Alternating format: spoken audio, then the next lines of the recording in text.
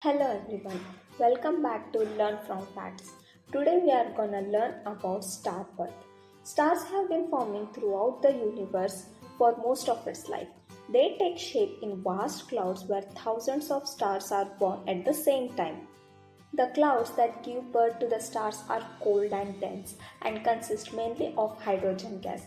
The newly formed stars are huge spinning globes of hot glowing gas, mainly hydrogen with helium and small amount of other elements. Much of this material is packed tightly into the star cores, and it is here that nuclear reaction release energy in the form of heat and light.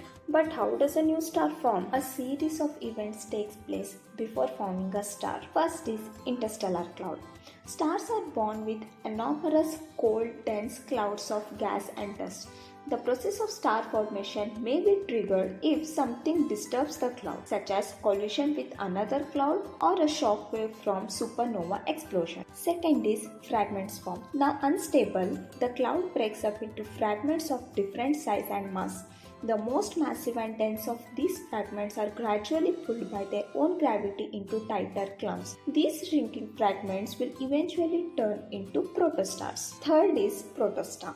Gravity pulls material into its core where the dense pressure and temperature build up. The more matter the original cloud fragment contained, the greater the temperature and the pressure rise as a protostar develops. Fourth is a spinning disk.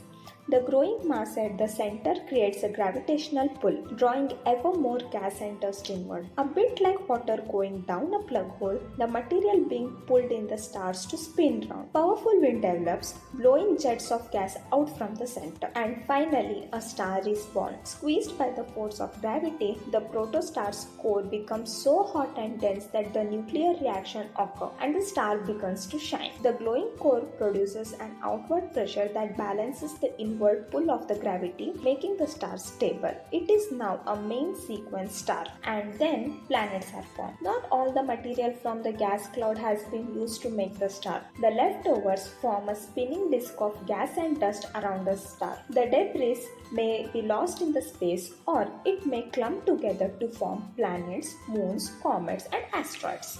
And finally, the fun fact, the brightest star emits 6 million times more light than the sun, and the age of the oldest star known is 13 billion years.